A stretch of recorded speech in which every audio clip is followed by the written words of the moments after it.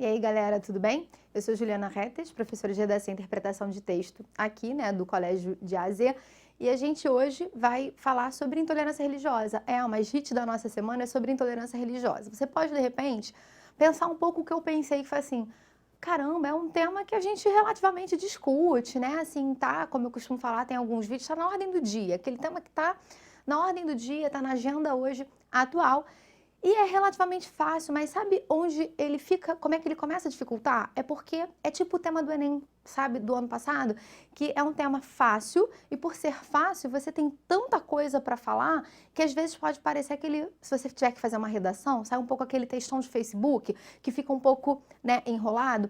Então eu quero fazer com vocês agora uma dinâmica de a gente tentar refletir um pouco o que está acontecendo no mundo e partir para o Brasil e discutir alguns aspectos que sejam básicos e são bem importantes na nossa sociedade, sobretudo na sociedade brasileira. A gente vai para o nosso primeiro link que eu peguei aí para vocês, que fala sobre as 8 maiores religiões do mundo.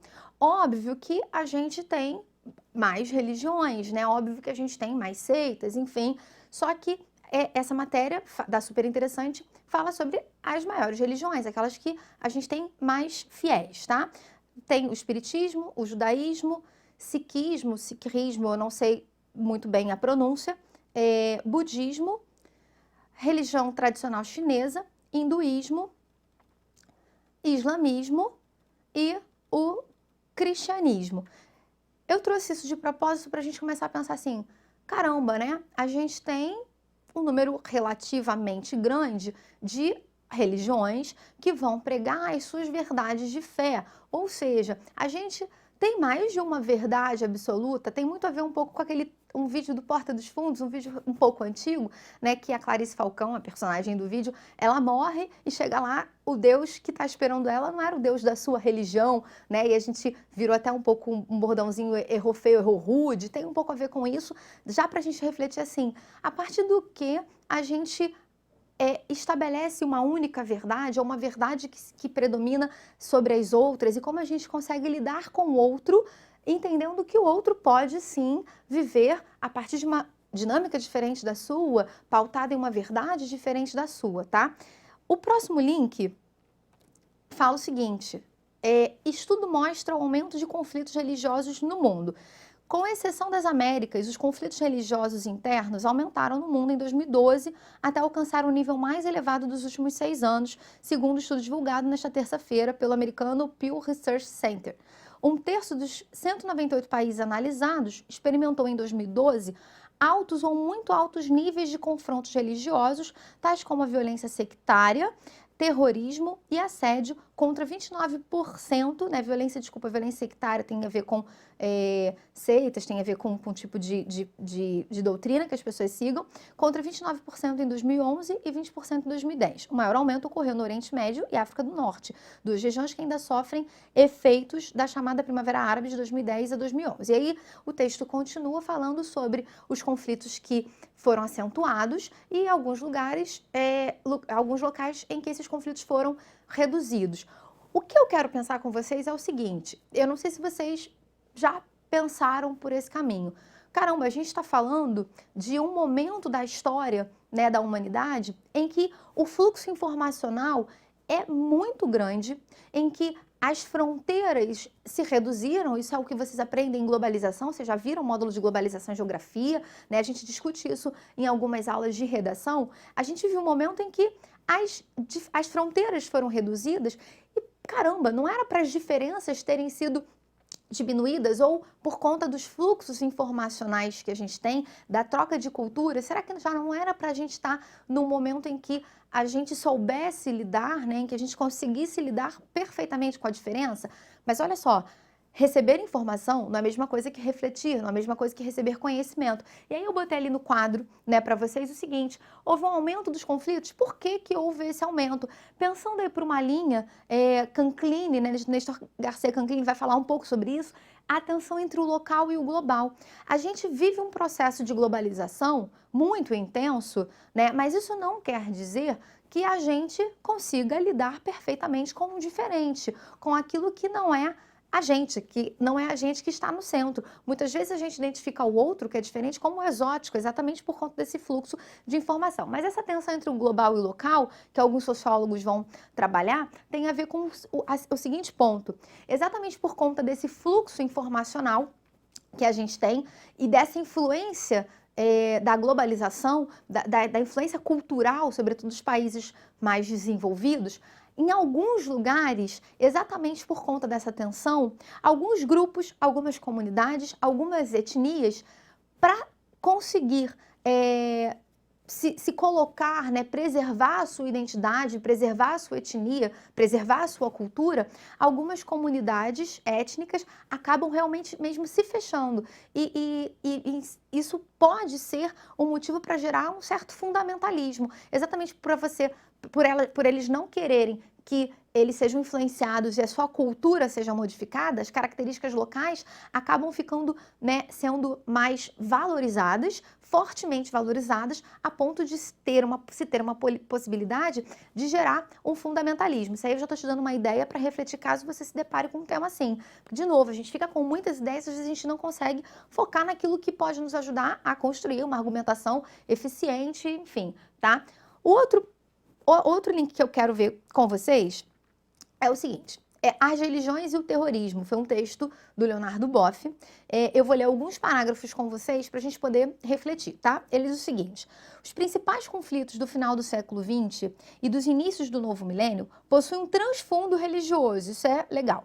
Assim, na Irlanda, em Kosovo, na Caxemira, no Afeganistão, no Iraque e no novo Estado Islâmico, extremamente violento. Ficou claro em Paris com o assassinato dos cartunistas e outras pessoas por fundamentalistas islâmicos. Como nisso entra a religião?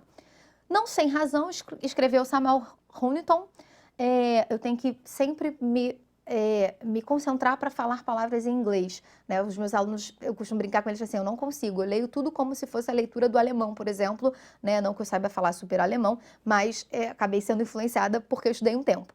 Em seu conhecido livro Choque da Civilização, no mundo moderno, né, diz o autor, a religião é uma força central, talvez a força central que motiva e mobiliza as pessoas. O que, em última análise, conta para as pessoas não é ideologia política, nem o interesse econômico, mas aquilo que com que as pessoas se identificam são as convicções religiosas, a família e os credos. É por estas coisas que elas combatem e até estão dispostas a dar sua vida. Ele critica a política externa norte-americana por nunca ter dado devido peso ao fator religioso, considerado algo passado e ultrapassado. E aí ele continua a falar um pouco sobre essa questão. O ponto aqui desse parágrafo, na verdade, do texto todo, é legal, você pode pegar aí a referência e ler o texto, vai valer a pena, tá? Confia em mim. É o seguinte, foi o que eu botei aqui. O que o artigo do Leonardo Boff vem trazer para a gente, né? Ele fala assim, caramba, não é a política que vai fazer o indivíduo ficar ali lutando a ponto de dar a vida. É uma outra questão. Ele separa até a ideologia, não é a ideologia política, mas é a religião. A gente pode também pensar, dependendo da base de leitura que a gente tenha, até, por exemplo, eu tenho uma base Foucaultiana, a religião vai ser também uma certa ideologia, uma construção de uma verdade, enfim. O ponto que o Boff vai trabalhar é que exatamente a religião é o que dá para o indivíduo a estabilidade, né, que eu coloquei aqui. O norte é aquilo que não é efêmero, aquilo que não é líquido. E aí, assim, vamos recapitular até algumas aulas que a gente já teve. Na aula de Homem Contemporâneo, eu até costumo começar essa aula com o quadro do Eduardo Munch, o Grito, para falar o quanto o expressionismo refletiu aquele momento, né, do século XVIII, século XIX, um momento de mudanças muito intensas. O cara que tinha lá os seus valores judaico-cristãos, muitos artistas do expressionismo vinham da origem judaica, de repente ele se vê no momento em que há uma instabilidade dos seus valores, há um questionamento dos paradigmas sobre os quais eles estavam pautados, sobre os quais eles viviam. O ponto que eu quero chegar é o seguinte, diante da efemeridade do mundo hoje, né, diante da liquefação, se a gente for pegar a referência do Bauman, né, muitos professores da equipe de redação gostam bastante de falar de Bauman, diante da liquefação, da efemeridade, da pós-modernidade, a religião, ela pode ser, sim, aquele alicerce que nos faz não ficar tão desnorteados, porque assim, E eu tô pegando esses pontos, não é para justificar a intolerância, mas para explicar, para ser uma possível explicação para a intolerância, para que alguns indivíduos sejam intolerantes, não queiram abrir mão das suas verdades.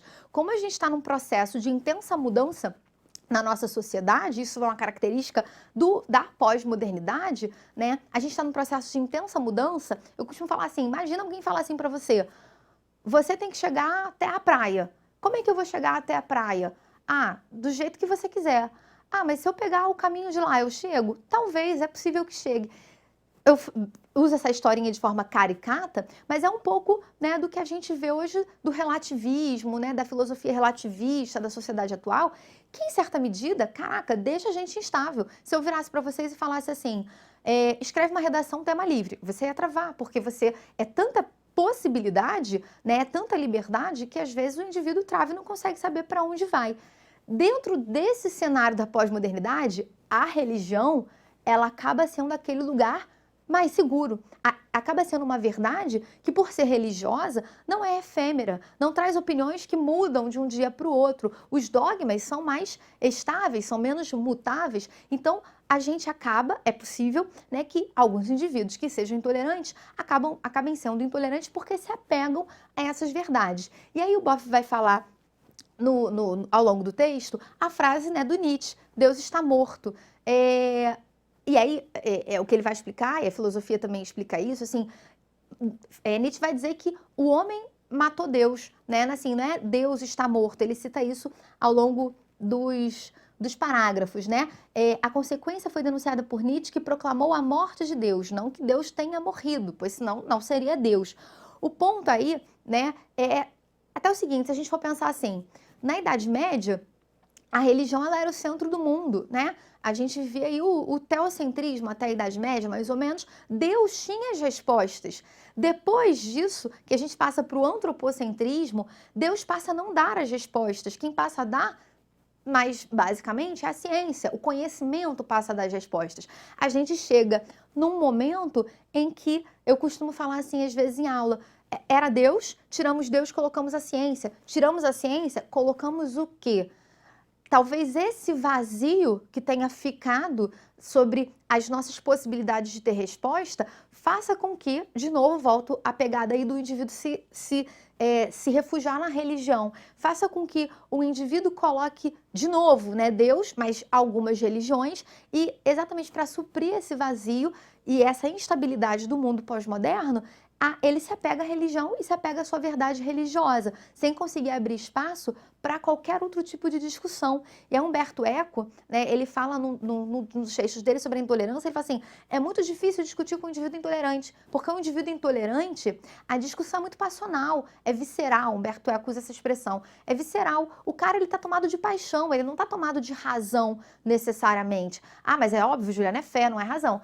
Calma aí que esse discurso, né, a separação de razão e fé, ela é muito até ocidental. Isso é uma de novo, desculpa, eu sou influenciada por Foucault, mas é uma construção que a gente tem de verdade, que fé e razão não se misturam, né? Não é bem assim. Talvez se você é um indivíduo que tenha fé, você tem muita razão para seguir a sua fé, por exemplo. Só que quando a pessoa é intolerante, ela não aceita qualquer outro discurso, não aceita conviver com qualquer outra verdade, ela está muito tomada de paixão, porque pela lógica, pela razão, assim, caramba, né? Vou segregar o outro porque tem outra fé, vou matar o outro porque tem outra fé, né? Isso não faz muito sentido racionalmente, tá? Então, a gente pode explicar por esses lados. Eu coloquei uma reflexão aqui que é a seguinte, quando a gente se depara com uma outra verdade, com a possibilidade de existência de uma outra verdade, a gente pode entrar em conflito, assim, caramba, é possível um indivíduo viver de uma forma que não é a que eu viva, e cara, ele vive, ele é feliz, ele ainda faz coisas legais, olha só, né, se a gente for pensar por esse lado, eu não sou o meu padrão, eu não sou o padrão do mundo, eu não sou o centro do mundo, há pessoas que vivem de forma diferente da minha forma de viver. Aceitar outra fé questiona a minha. Se eu legitimo a fé do outro, eu posso pensar assim, então, quem que está certo aí? Será que, então, a minha fé não está certa? E esse tipo de dúvida, que é natural, porque a dúvida faz parte da nossa vivência humana, né, enfim, mas esse tipo de dúvida, ela estabiliza. Então, é muito mais fácil a gente fazer o quê? Eliminar a possibilidade de que há uma outra fé, apagar a possibilidade de uma outra fé, né? E nisso tudo, o ponto que eu particularmente considero muito grave é quando a lei da sua religião fica acima de qualquer coisa, acima inclusive da vida humana, né? A lei da minha fé se sobrepõe a qualquer outra coisa, inclusive a vida humana. É o momento do fundamentalismo mesmo, do extremo da percepção da religião.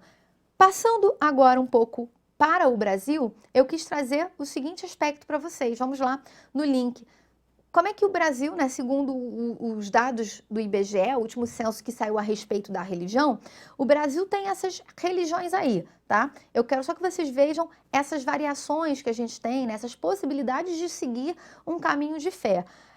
A gente sabe que muitas pessoas se consideram católicas, a gente até fala, às vezes assim, é católico de IBGE, você não tem fé, você não tem nenhuma religião, você não segue nenhuma religião, você fala que você é católico, porque isso é uma questão histórica no Brasil, né?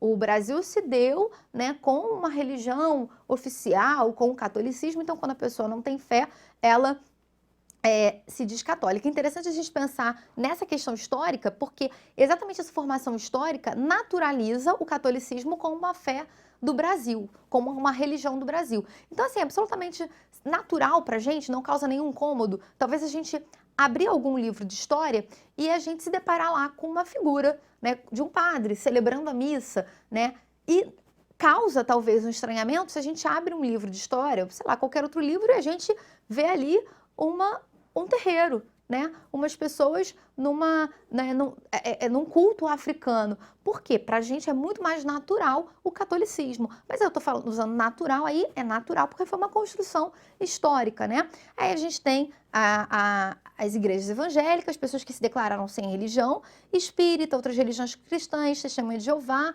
Umbanda, Candomblé, enfim, por aí vai. Bom, temos não só no mundo, como também no Brasil, muita diversidade religiosa. Passando aí para o outro link, né? No entanto, mesmo que a gente tenha essa diversidade religiosa, e a gente tem, inclusive, eu botei um link do Ministério Público, que é Combate à Intolerância, Religiosidade e Defesa do Estado Laico, e é importante a gente...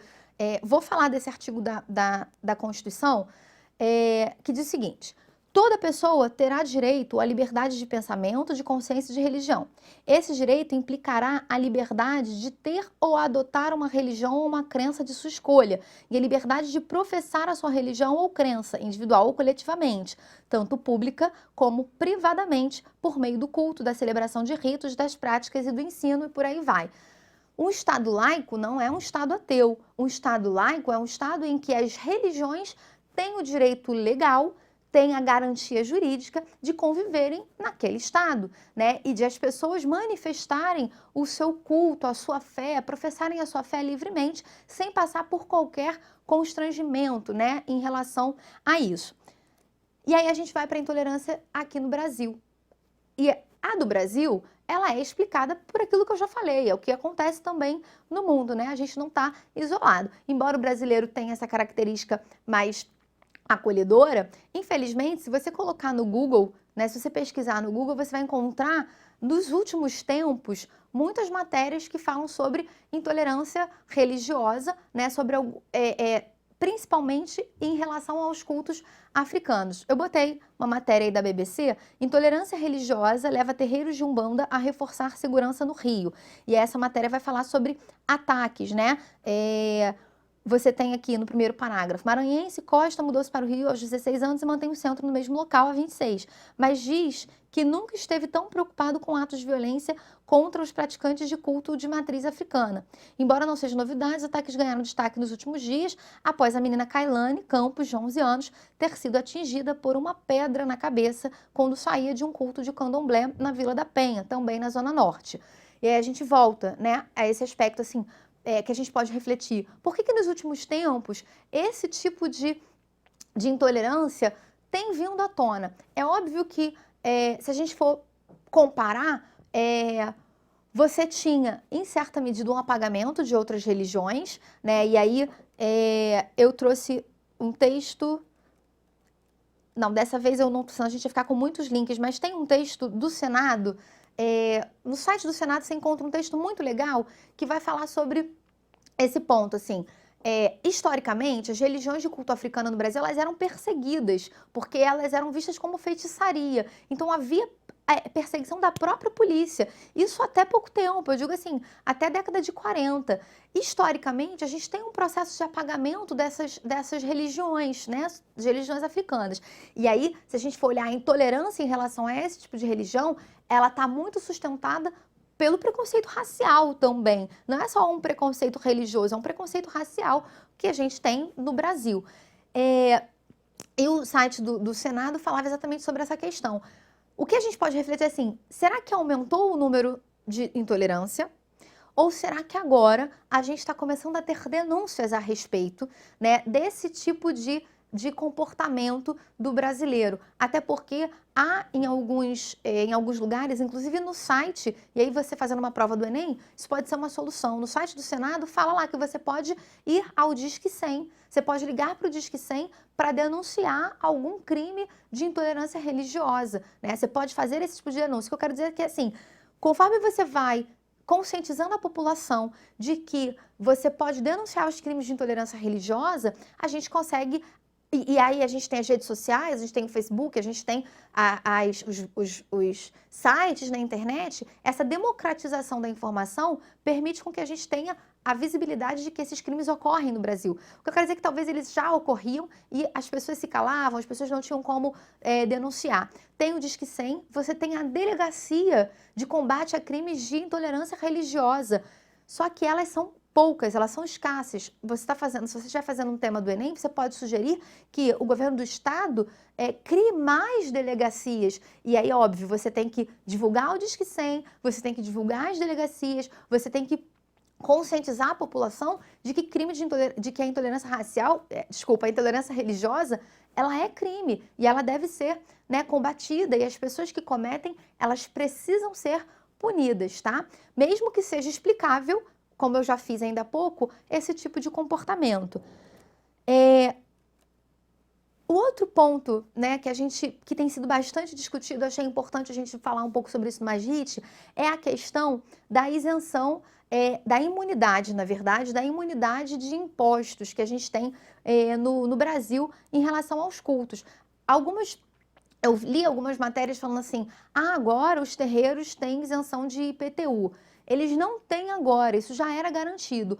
A diferença é que, por não ter informação, muitos religiosos, né, acabavam não indo pedir a isenção. E aí, assim, no caso, por exemplo, do Rio de Janeiro, tem que entrar lá no site do governo do Rio, procurar a Secretaria de Estado e se informar sobre como você pode pedir essa isenção de imposto, a isenção de IPTU. Em São Paulo, por exemplo, há também isenção do IPVA. Cada estado, inclusive, pode determinar o imposto que vai isentar, né, vai deixar aquele culto, né, aquela instituição religiosa imune. O que eu quero mostrar para vocês é a explicação para essa imunidade tributária, tá? Tá aqui no último parágrafo antes do tópico 3. O escopo da atribuição da imunidade tributária aos templos, ou seja, o alvo da atribuição, é a de fomentar a liberdade religiosa, uma vez que não apenas os edifícios das principais entidades religiosas têm uma benesse, mas todas as religiões. Consequentemente, a não incidência de impostos sobre tais bens, além de garantir a impossibilidade do uso de tributação como forma de embaraço ao exercício das atividades religiosas, propicia a reversão das quantias que seriam devidas ao Estado para as atividades religiosas, propiciando o fortalecimento das instituições de caráter religioso e permitindo a sua expansão. Aqui, assim, eu não vou deixar um tributo maior para um templo religioso e menor para outro. Eu vou fomentar a possibilidade, vou fomentar todas as religiões, então todas vão ter imunidade tributária, né? Tem uma relação aí também se o lugar, né, é próprio, se é alugado, a questão do aluguel ainda está sendo discutida, mas hoje nós temos imunidade tributária para todas as religiões. E aí, se a gente for pensar até em termos práticos, né? A religião não vai pagar o tributo. É claro que tem problemas ligados à possibilidade de lavagem de dinheiro, enfim. Mas, no geral, é uma coisa que é um aspecto que a gente acaba desconsiderando e eu, particularmente, acho errôneo desconsiderar. Porque a religião, seja ela qual for, ela tem um papel na sociedade. Quando a gente olha, muitas instituições religiosas fazem trabalhos sociais. E aí, assim, quando ela é isenta, ela está imune do imposto, isso pode ajudá-la a reverter aquele dinheiro para esse tipo de trabalho. Há religiões, há igrejas evangélicas e católicas que cuidam gratuitamente, dão tratamento gratuito a dependente químico, há centros até, né, lá onde eu morava, em Irajá, tinha um centro kardecista que promovia um pré-vestibular social e passou colegas meus, inclusive. Então, é também um local de ajuda, né, de ajuda humanitária, de trabalho social, enfim. E acaba que essas garantias do Estado e essas possibilidades de sobrevivência que o Estado dá a essas religiões ajuda também, é revertida para a própria sociedade. O ponto que eu tinha comentado é o seguinte: apesar de isentos, os templos de Umbanda pagam IPTU. E aí esse site fala um pouco sobre esse aspecto. Cerca de 70 umbandistas, entre sacerdotes, fiéis e simpatizantes, participaram no último domingo, do segundo curso de Direitos e Deveres das Religiões Afro-Brasileiras no Instituto Cultural Aruanda, na Vila Falcão, em Bauru. Durante o evento foram debatidos temas como isenção de imposto predial e territorial urbano dos templos, isenções da taxa de água, liberdade de acesso em hospitais e presídios e o respeito à lei do silêncio ao meio ambiente, entre outros assuntos. O ponto central aqui, em relação à imunidade tributária até, é que muitos templos não buscam ou não buscavam porque não tinham informação. Então, em relação à questão da intolerância racial, se a gente for pensar em propostas práticas aí para Enem, né, a gente tem que pensar em quê? Divulgação desse tipo, né, de benefício que todas as religiões têm, não são só as igrejas cristãs. Divulgação do Disque 100, divulgação da delegacia de repressão a crimes de intolerância religiosa. É necessário que se façam campanhas para isso. Outros aspectos também que podem ser interessantes, sobretudo quando a gente pensa nas religiões de culto afro, que são as que acabam sofrendo muito preconceito pelo motivo que eu já falei. Se a gente tem implementada de fato a lei de 2003, que fala sobre educação, né, sobre o estudo, o ensino da história da África, da cultura da África nas escolas brasileiras, a gente pode começar a minimizar essa intolerância, porque a gente não tolera o outro porque considera o outro muito diferente da gente, pelos motivos que eu já falei, é difícil aceitar aquele que é muito diferente porque desestabiliza. Se a criança tem contato desde cedo com esse tipo de cultura, da mesma forma como a gente aprende a cultura europeia, porque isso faz parte lá do nosso ensino de história, a gente precisa aprender a cultura africana e as religiões também de matriz africana. Pode ser uma saída. A outra saída também é que você, né, pode, se um grupo, você ou um grupo se sentem, né, ofendidos em relação a alguma situação, por exemplo, pode ser que tenha uma novela que tenha um personagem que apresente, esse personagem tem uma religião e que seu comportamento, por conta da religião, na trama lá, ofende a sua fé e passa em verdade sobre a fé também, né? De modo a prejudicar e até te prejudicar por ser adepto dessa fé. Você pode ir ao MP para que ele promova uma ação civil pública em relação a essa questão. Eu acho que também é legal a gente pensar até numa pressão das pessoas, numa conscientização das pessoas, para que os personagens nas novelas não sejam apresentados de maneira caricata. Porque se você for pensar, geralmente, pensa num pai de santo em novela. Geralmente uma pessoa é aquela figura para a gente rir, é meio grotesca. Isso acaba deslegitimando a religião. Muitas vezes o evangélico até é passado de maneira bastante preconceituosa. Quando a gente até o católico, enfim, quando a gente pega os personagens religiosos nas tramas, nas novelas, há críticas a serem feitas, né? E a população tendo essa consciência pode, inclusive, pressionar a mídia, pressionar a opinião pública em relação a esse tipo de figura que é apresentada e que dificulta o relacionamento. Para fechar o nosso vídeo, né? Na verdade, vou botar um último link e quero comentar sobre os relatos, porque eu levantei alguns relatos em relação às intolerâncias que algumas pessoas que declaram sua religião acabam passando e são pessoas bem próximas da gente. Mas eu queria mostrar aqui que, assim, embora eu esteja falando de um monte de alguns aspectos ruins, ou seja, o brasileiro não sabe viver com as diferenças, a gente percebe isso em vários aspectos, não só na religião. Árabes e judeus têm convivência pacífica na pequena ONU brasileira e é o Saara, né? Essa matéria no Globo vai falar exatamente sobre essa característica aí, né? Que bom, a gente tem dois povos que historicamente apresentam conflitos e estão em constantes conflitos, mas que no Brasil conseguem conviver pacificamente, até, né, terem relações bem próximas. A gente tem um pouco também dessa característica, não são só pontos negativos. Para fechar mesmo, né, o que eu fiz? Eu peguei alguns relatos de pessoas próximas, pessoas que trabalham aqui no ASEM, inclusive, né, da monitoria, professores, conversei com colegas de faculdade, conversei com alguns alunos para perguntar assim, porque são pessoas que eu sei que declaram abertamente a sua fé, perguntei o que na sociedade te oprime, te reprime, né, em relação à sua religião. As pessoas evangélicas falaram que elas ficam muito incomodadas quando há as generalizações, porque o preconceito ele vem de estereótipo, né? De achar que todo pastor rouba, que o dízimo é uma forma de roubar e todo evangélico é muito tolo e acaba caindo na conversa do pastor, né? A pessoa até eu deixei essa expressão crente, que foi a expressão que ela utilizou. Acham que todo crente é homofóbico, que todo crente vai mandar o outro para o inferno. Quando nós temos esse tipo de atitude com alguém que tem uma religião, isso também é intolerância, porque a gente fica achando que só é intolerante aquele que tem uma religião em relação ao que não tem.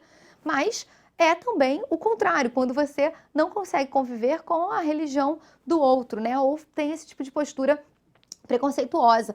Para uma pessoa kardecista, né, essa pessoa diz que ouve frequentemente assim, você bate tambor, né? E tem, na concepção dela, até fala centro de mesa branca, ela considera preconceituosa. E repara que o você bate tambor é pautado no preconceito em relação ao candomblé e à umbanda, né? E eu já ouvi até kardecista, não, eu sou espírita, kardecista, ou seja, eu não bato tambor, porque bater tambor é ruim, né? Enfim, os católicos falaram que geralmente eles são vistos como pessoas alienadas, ou julgam, né? Ah, você está falando o quê? Você fez a Inquisição? Ou você está falando o quê se você é católica? Você não pode deslegitimar o lugar da fala do outro exatamente por ele ter uma religião. Cuidado, gente, isso também é intolerância, né? Isso também é preconceito.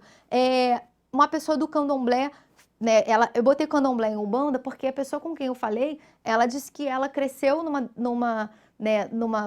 se eu não me engano, ela cresceu no candomblé e agora está na Umbanda, enfim. Exatamente, ela explica que até pelo sincretismo religioso no Brasil é comum essa transição. Ela disse que já ouviu coisas do tipo como você é do demônio, ou olhares, né, que são olhares tortos para ela quando ela está com a roupa branca, porque é uma obrigação da sexta-feira, ou quando ela está com um turbante, ou quando ela está lendo um livro referente à sua religião. Essa pessoa aqui, ela é até monitora aqui do AZ, ela disse que vai para congressos, ela já foi para um congresso e no congresso ela estava apresentando essa temática e lá ela sofreu preconceito, né? Ou seja, nem mesmo na academia, que a gente espera que tenham pessoas que sejam conscientes, pessoas que sejam mente aberta, pessoas que sejam inteligentes, né? Enfim, essas pessoas não estão isentas do preconceito, da intolerância. É importante que a gente discuta abertamente isso, para que a gente possa, né, conviver com esses diferentes aspectos da sociedade que faz parte de uma democracia. Como também eu sei que passam pessoas que não têm religião ou que são agnósticas, que são cobradas, né? Ou que tem que casar, a sociedade cobra que tem que casar, ou que tem que batizar os filhos, enfim. O ponto central que é importante de a gente discutir para uma JIT, para a vida em sociedade, é a gente entender que o outro pode fazer a sua escolha, né? E precisa ser respeitado por isso, como aquele que fez a escolha para uma religião, respeitar aquele que não tem religião, né? Enfim, é reflexão para o nosso Mais Hit, um tema, de novo, relativamente fácil, mas que até eu teria muito mais coisa para falar, mas meu tempo, né, a gente não tem tanto tempo para isso, porque é um tema que dá pauta, né, surgem vários aspectos para a gente conseguir discutir. Fazer uma redação, acho que sistematizar dessa forma pode te ajudar. É isso, galera. Até o próximo vídeo e estudem, pratiquem.